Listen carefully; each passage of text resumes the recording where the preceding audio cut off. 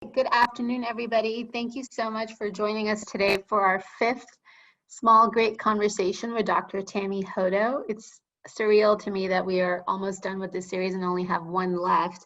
And every 2 weeks when we meet, it feels like there's another experience that is extremely relevant despite our perspectives, this week being the Breonna Taylor verdict and how we choose to see whether or not justice was served or was not served.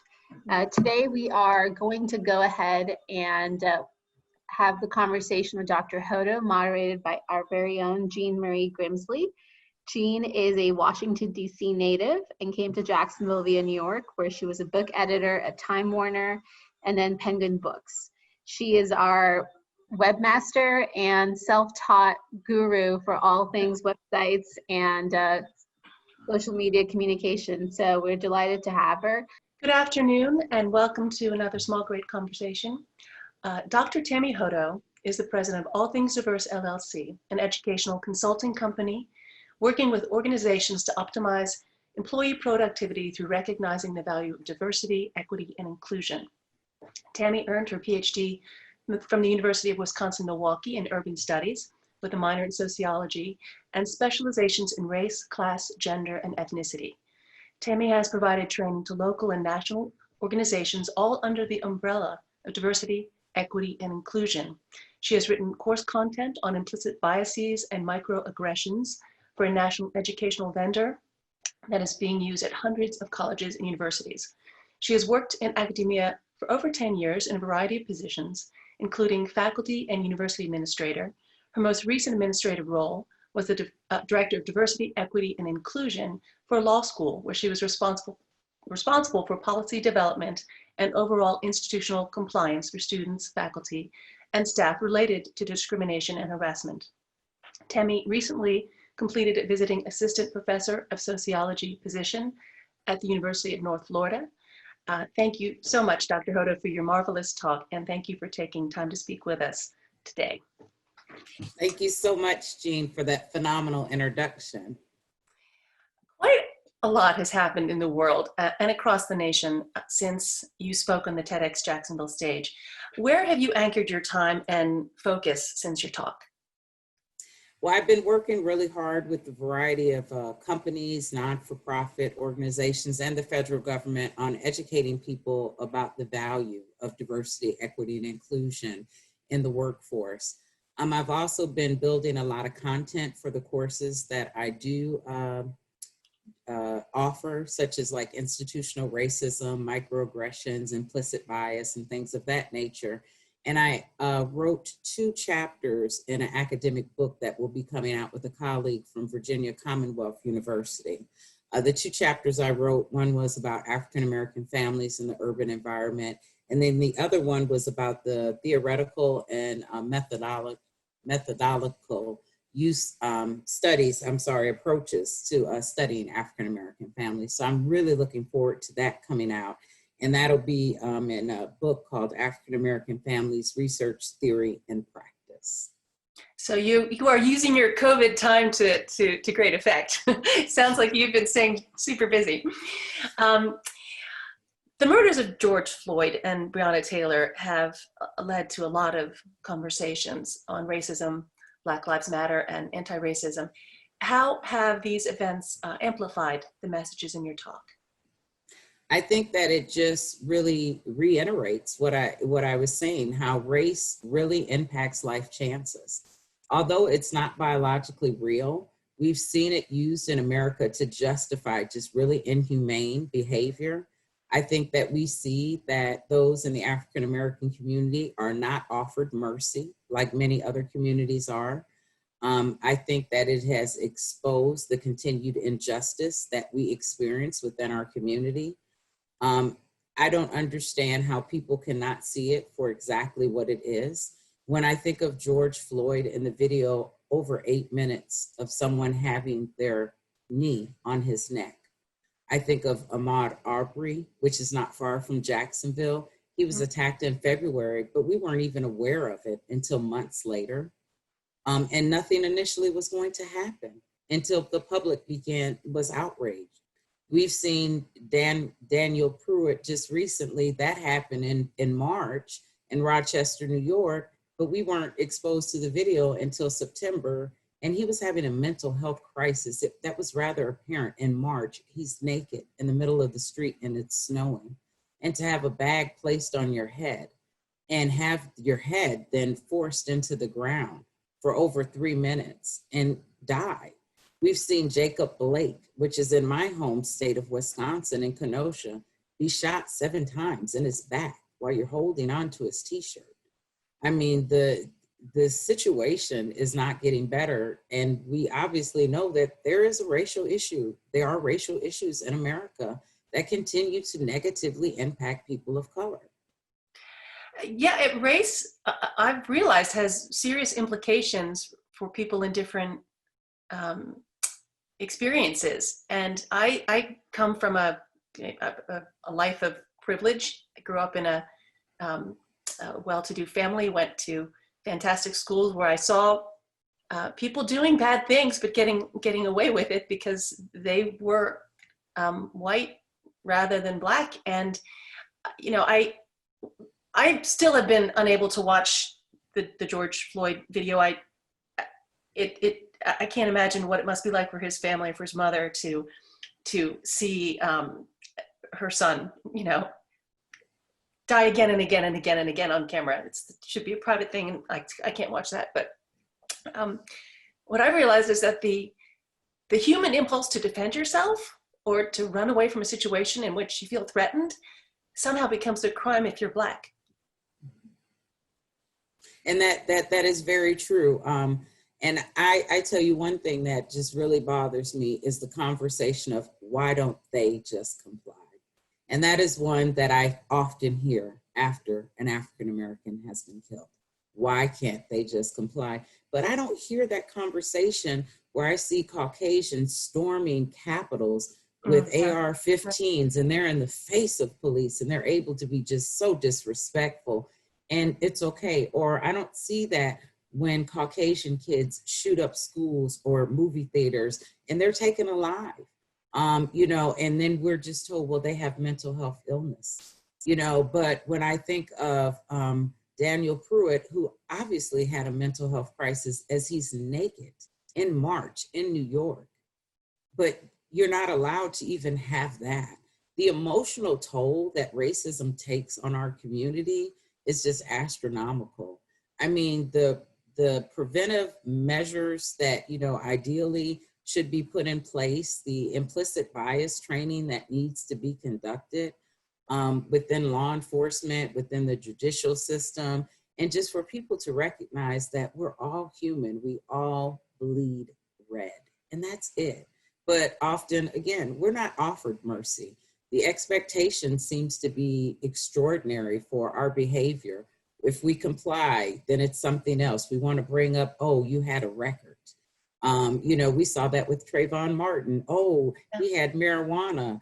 How many times has the person who killed him been arrested since the killing of Trayvon? I mean, we don't have those conversations. And it's just very disturbing.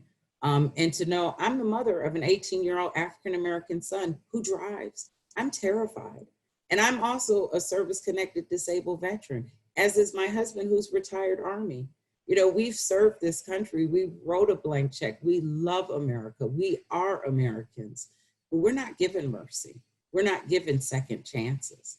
And it's deplorable, and it needs to be addressed. And the people who continue to not see the disparity, I just don't understand how they can't, but I do recognize that cognitive dissonance is alive and well in America. What would you say to those people who insist that racism is not a necessary conversation, that we've somehow moved on as a country? So, oh, you mean those who like to say we're in a post-racist society? So with that, I find that rather interesting. Another thing I find interesting too, though, is when they'll say, well, we had a Black president. We've never had a Black president. We had a biracial president who was African, and I'm not sure of the ethnicity of his mother, but he was not Black. But again, that kind of goes to my talk, right? So if we're in a post-racist society, I just like people to explain to me why the infant mortality rate for African-American children in America is comparable to third world nations. If we're in a post-racist society, I'd like people to explain to me why African-American women die at 3 times higher rate when they're having, during childbirth. If we're in a post-racist society, why are Native American women 2.5 times more likely to die during childbirth? We see the disparities. If we're in a post-racist society, why are African-American women, Hispanic women, Native American women, why do they continue to make less money? It's not very realistic, but I realize that people don't want to look at the facts. They like those little sound bites that kind of go with the narrative that they have in their mind. So they just don't seek to understand or see the truth. He's sort of arguing that claiming that it's a post-racial society absolves you of the responsibility of recognizing that there's a problem. It's just a sort of giving themselves a pass so they don't have to talk about their own role in perpetuating systemic injustice. It's become increasingly apparent that the America that we need, particularly now, is not the America that we have. And you said that one reason for this is that America remains hyper segregated.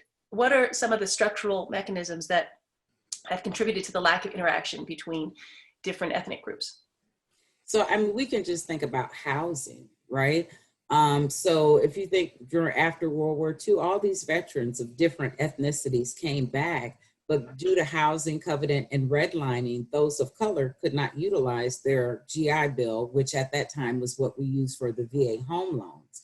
So they were locked out of the system. We see the disparity in wealth. And if you look at the census, they have something called the dissimilarity index. And what that is, it's a mechanism where it's commonly used to measure segregation between 2 groups. And it's reflective of their relative distribution across neighborhoods within the same city. So I will tell you, Jacksonville, out of 76 counties in Florida, we are ranked 30. So our dissimilarity index in this city is 56.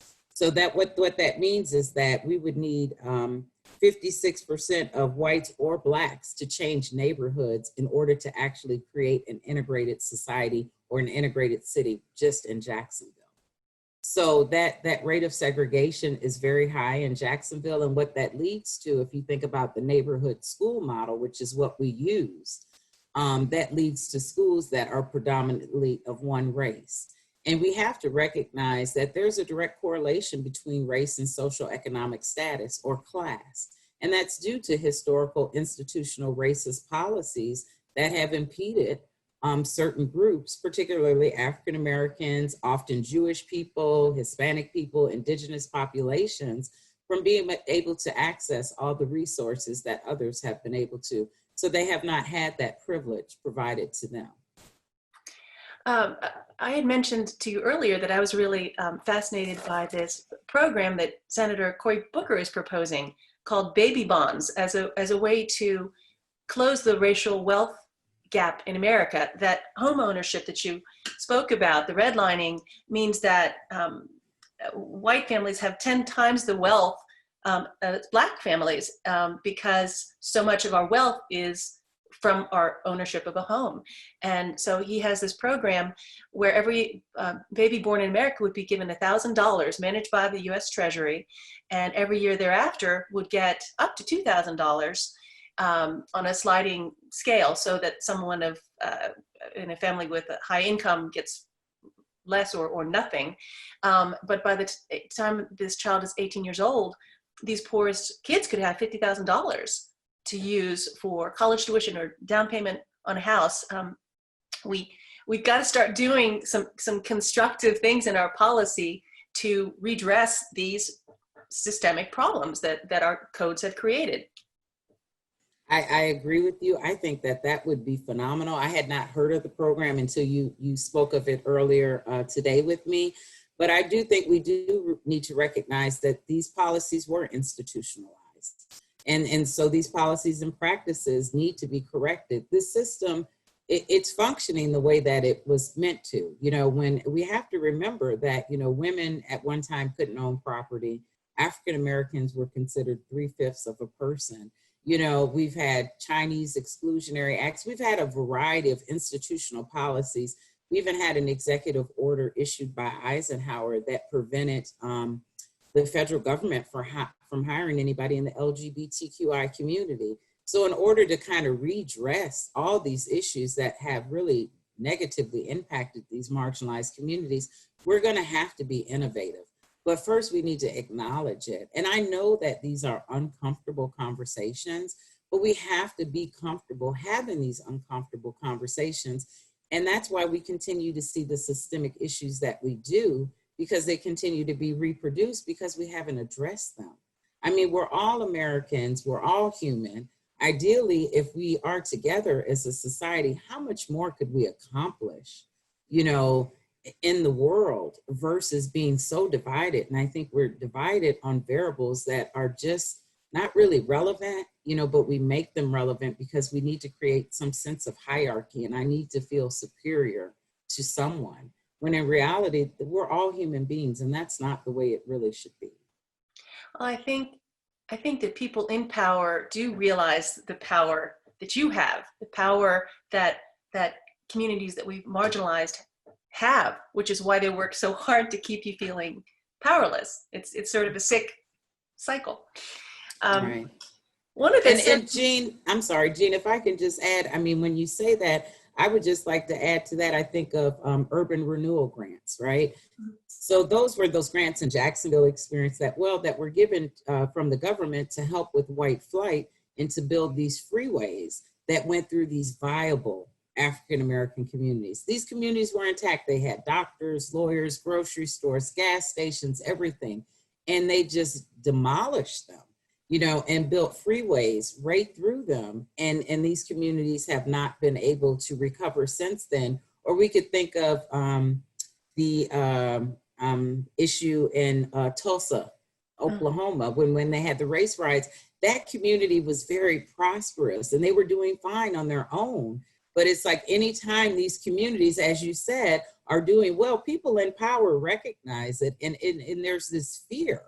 And I guess I struggle with that fear, because if everything's been equitable and everything's been equal, then why is there a need to have fear? If everybody's been treated the same, then what's the concern? Anytime I drive on Arlington Expressway and I think about the community that I know, having read about Jacksonville's history, the community that was there, that's now separated by 10 or 15 lanes that you can't cross. It destroys any sense of cohesion. Mm-hmm. One of the central pillars of structural racism, and something that COVID has certainly made all too apparent, is unequal access to healthcare. Here in Duval County, which is 29% Black and 60% white, Black residents with COVID have been hospitalized at more than double the rate of white residents. Can you speak to the issue of racism as a public health crisis? Sure. And so in Milwaukee, where I'm from, last year, they actually declared racism a public health crisis. So we've actually seen some cities that have recognized that. And what it is that it's due to this continued high level of stress. We, in the African-American community, recognizing that there is that correlation between ethnicity or race and socioeconomic status, often are exposed to greater risk factors, reduced access to medical and social services, and ultimately to excessive levels of diseases and disability and death. African Americans are more likely to suffer from chronic diseases, lack of access to healthcare, and die earlier than European Americans. In our community, we suffer from higher rates of chronic diseases, cardiovascular disease, which leads to heart attacks and strokes, diabetes, and certain forms of cancer. So healthcare access is really shaped by race and social class. The only major disease in which the rate of death is higher for Caucasians is heart disease. Other than that, like that racism, the institutional component of it, and discriminatory experiences, it takes a health toll on us.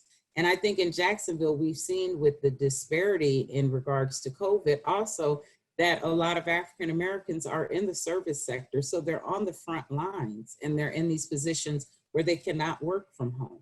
And so that exposure is much higher. And then those underlying health issues, and we think of food deserts, you know, not having access to quality food or healthy food, or not being able to afford, you know, gym memberships. If you don't have a full-time job, not being able, I'm working two part-time jobs, but not being able to get health insurance through your employment. You know, that those are all major issues that African Americans and those in lower socioeconomic statuses that they have to address and deal with on a daily basis. The AP did an investigation and then found that Duval County cut its health department staffing by 51% from 2008 to 2019 and slashed spending per person from $91 to just $34, a 63% decrease in funding. And so of course you have this lack of investment in these communities, and then you have an exogenous event like COVID. Apparently there's a phrase, acute on chronic. So this acute disease, COVID, then affects a community that has chronic conditions because of all of the factors that you've cited. And you know, that accounts for the greater death rate, but it doesn't account for the fact that somehow as a society, we've decided it's okay for these people with chronic conditions to, you know, oh, well, you know, no one's really died apparently, or at least no one that we value, if you read the news. Well, but doesn't that kind of go to Black Lives Matter? So I hear that, you know, when I say Black Lives Matter, I hear people say, well, all lives matter. But reality is all lives can't matter until those who are, you know, experiencing inequality, until their lives matter. So all lives can't matter because we know Black lives don't matter because of some of the stats that I just shared. I mean, if Black lives mattered, then everything would be equitable, but we don't see that.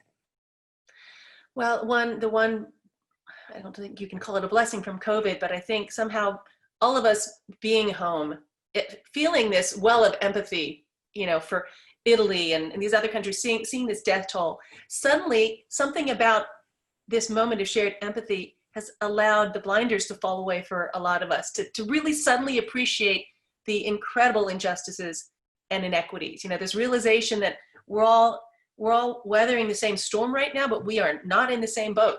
And we've got to figure out a way to correct that, because if we were on the same boat, we'd be getting through the storm more quickly. Right. And I do think that it was kind of like the perfect storm, you know, so we had COVID, we saw George Floyd on television.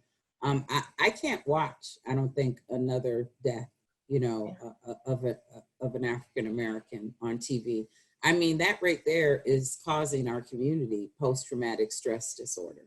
You know, but I do think with COVID that we saw the perfect storm and people kind of had to step back, and we were all at home and we saw that. And I think but I also think back to the civil rights movement, and when the media was exposing, when they began to record and show the hoses being released on peaceful protesters as well as the dogs and all that, then we did see a lot of allies come out of nowhere and just were like, okay, society like this is not okay. You had people from, you know, the North and Midwest travel down to the South to participate in these marches as allies because they'd heard about it, but to actually visually see, you know, and 8 minutes and 40 seconds is an extremely long time. And I think that and COVID, it just created this perfect storm where a lot of people had not seen those injustices and kind of went with the sound bites of why didn't they just comply? Mm-hmm. And they actually saw on television what tends to happen. Professor Eddie Glaude at Princeton University has said that America has been willfully ignorant of inequality in order to protect its innocence. And I think these times have made it impossible to look away. And so we've had to give up some of our innocence and actually recognize the realities of many of our fellow Americans. On your, I'm sorry. Oh, no, I was just going to say that goes to I hear people always say, well, why can't people pull themselves up by their bootstraps? And it's like, because some people have no boots. And that was very intentional through institutional policies and practices. So, because that's one of my biggest pet peeves too, is when people say that, well, that's their own fault that they're in that position. And it's like, you don't want to have your eyes open. You don't want to recognize that inequality continues to exist until it impacts you. So they have that one poem, where it's something along the lines, when they came for the socialists, I said nothing because I was not one. When they came for the unionists, I said nothing because I was not one. When they came for the Jews, I said nothing because I was not one. But when they came for me, there was no one there to say anything. And I think that we really all need to open our eyes and recognize how much stronger we could be together as a society, and what things could we do? How innovative and productive, could we be if we actually functioned as a true, society of inclusion. Right.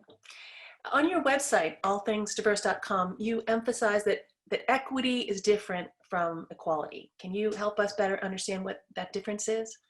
Sure. I hear people use that term interchangeably, and it's not the same. So equality assumes that basically everyone is starting at the same point. But as we've just talked about, we know that's not the case. So equity is that people are given different forms of support to get them to the point where they can have equal access. So recognizing things like housing covenants and redlining, and what Senator Booker is proposing, is a way to create equity. But equality assumes that, again, that, everyone will benefit from the same support, when reality is we're not starting at the same location because of historical policies and practices, and quite frankly, some contemporary practices, and policies that we see. I think of like stop and frisk, and when they did a study and they looked in New York at who was being stopped, it was over 80% were Black and brown people. And they were not stopping many others, but studies show that there are more Caucasians who are gun owners, and may not necessarily be legally gun owners. I mean, we just saw that in Kenosha, Wisconsin, again, my home state, where that young man, all of 17 years old, was able to walk by police with an AK, spoke with reporters, got water, walked right back away after he killed two people, got in the vehicle with his mother, who drove him over state lines, and he's protecting property that did not even belong to him. The whole ideal of that is just unbelievable to me. But he was able to sleep that night in his bed while two white allies were killed and another person was shot. Those images are always amazing to me, because that's not the reality of the world that I live in. Right, and moreover, to then be lionized by certain segments of the media as standing up, for rights when the police wouldn't. And yeah, that's some sick stuff there. It's time for questions from the audience. Our first one is, we live in such a polarized society. Some, when they hear the word race, completely turn off. How do we get them to the table? I think that we have to use whatever mechanisms we can. I mean, we can start by talking about inequality that women experience. We can talk about inequality when we think about our Muslim brothers and sisters and Islamophobia. Or we can talk about inequality in xenophobia with our immigrant community, or the LGBTQI community, because these are all marginalized groups. And, then we can begin to introduce the conversation surrounding race. The point of the conversation is not guilt. It's just to acknowledge that there are different experiences, and that those in these marginalized groups, to include people of color, African Americans, that the America we experience is not the same, and that these barriers need to be taken down. Oftentimes I find when I try to speak with my Caucasian friends or colleagues, it seems like they see this as a zero-sum game. So basically, as people of color gain equitable access, then I'm going to lose something. But this isn't pie. There's more than enough for everyone. And ideally, if you really want an equitable society, then you should be able to have those difficult conversations and get comfortable with that, discomfort. Because again, as a service-connected disabled veteran married to a retired service-connected disabled veteran, why should I have to live in fear? Why should I be concerned, that someone's going to say or do something to me? Malcolm X, he had a really good quote, and I think of that when I think of Breonna Taylor. And he said, the most disrespected person in America is the Black woman. The most unprotected person in America is the Black woman.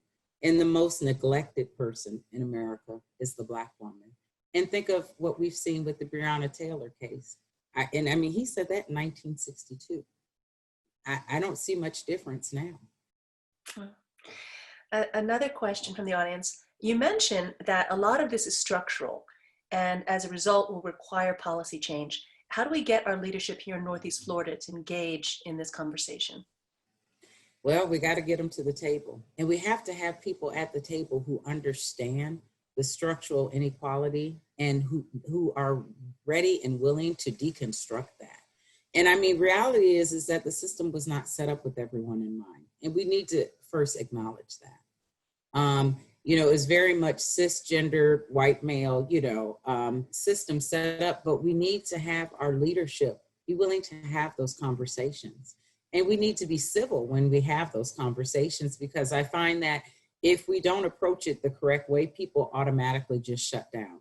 And that is not conducive, and that's not going to make anything change. So I think that, to me, like, voting is so important in local elections as well as national ones, and holding people accountable and really trying to get them to have the seat at the table. And let's have some serious dialogue civilly.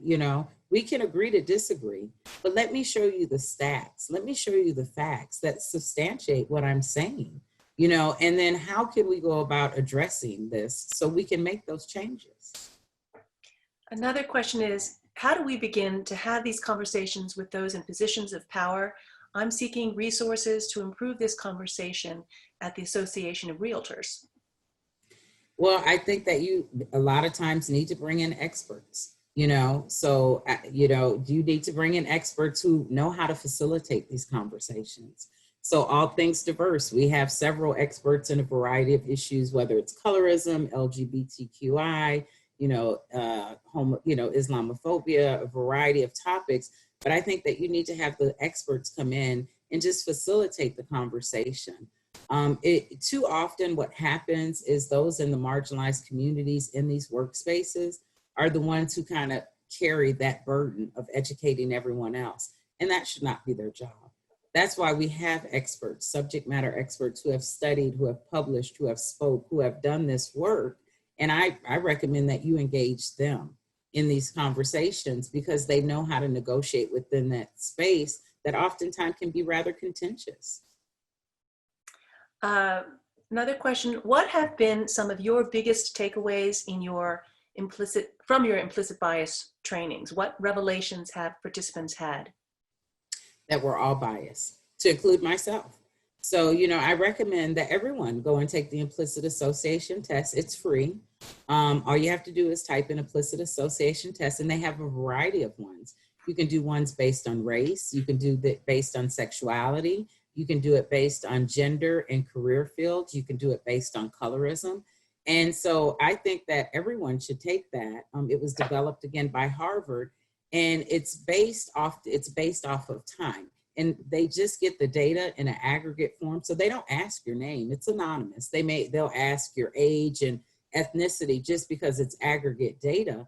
But once you go in and you take these tests and it's time-based, your unconscious bias, that implicit bias that we all have as humans, it comes to the surface. So when I took it, just one of the ones I took for the LGBTQI community, I was very disappointed. And I'm just gonna be rather frank, because it showed that I favored heterosexuals over homosexuals. And I really pride myself on being even keeled around all these issues, addressing issues of marginality. But that wasn't the case. So now that I know I have that bias, then when I'm interacting with someone in the community, I'm cognizant of that.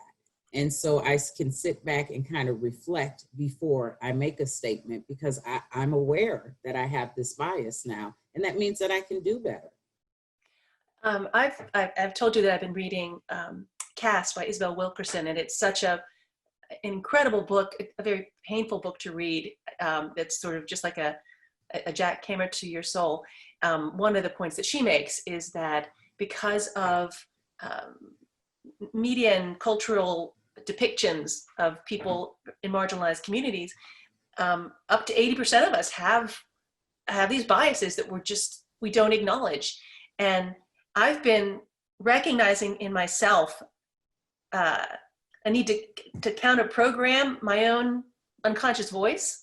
So like I've started intentionally, if I see a woman who's got, this multicolored hair, really elaborate, something that's very much an ethnic hairstyle, instead of thinking that's quite a hairdo, I'm like, that she's got some confidence, and I sure as heck couldn't pull that off myself. And so as I've been doing it, I'm finding that I'm actually able to kind of quiet that implicit biased voice and come up with a more positive, immediate assessment of people. So my little effort. But that's good though, Jean, because, and that's a way to mitigate it though, right? Is to sit there and turn it into a positive and be like, wow, look at her.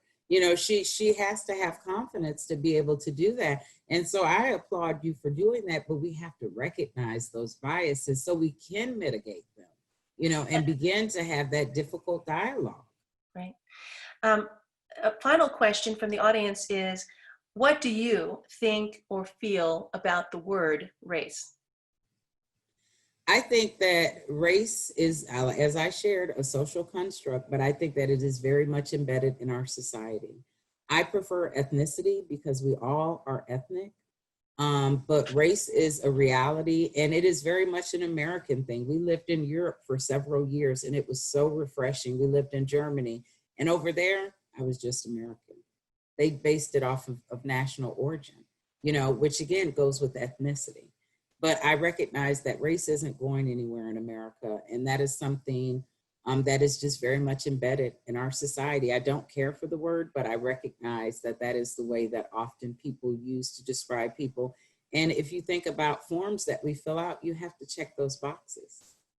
So it's obvious that it's not going anywhere. I mean, that's like we see male or female. Well, what about our non-binary people, or, people who are transgender? We often don't see options for them to check. So yeah, I don't care for the word, but I recognize that it's probably not going anywhere anytime soon. One of my takeaways from the Isabel Wilkerson book was her research into the word Caucasian. And Caucasian is another artificial construct. It was I think a German or a Swedish scientist who was in the late 1700s who was studying skulls. And he decided that the people who came from the Caucasus, the Caucasians, had the most perfect skull. And so thus Caucasian became the code word for white, when it's just this arbitrary skull dimension equation that makes no sense. We have time for one last question for you, which is what keeps you going? Are you hopeful? I am. You know why? Because of the youth. So I see a lot of dialogue, and I never unfriend anyone on Facebook. Even we don't have to have the same political ideologies or religious beliefs or whatever. But I see some of my friends who are saying some things that I don't agree with. But I see their kids chiming in and saying, hey, that's not okay. We know that this is embedded in society. We know that injustice is real. And so the younger people who I pray are all registered to vote and are voting in national as well as local elections.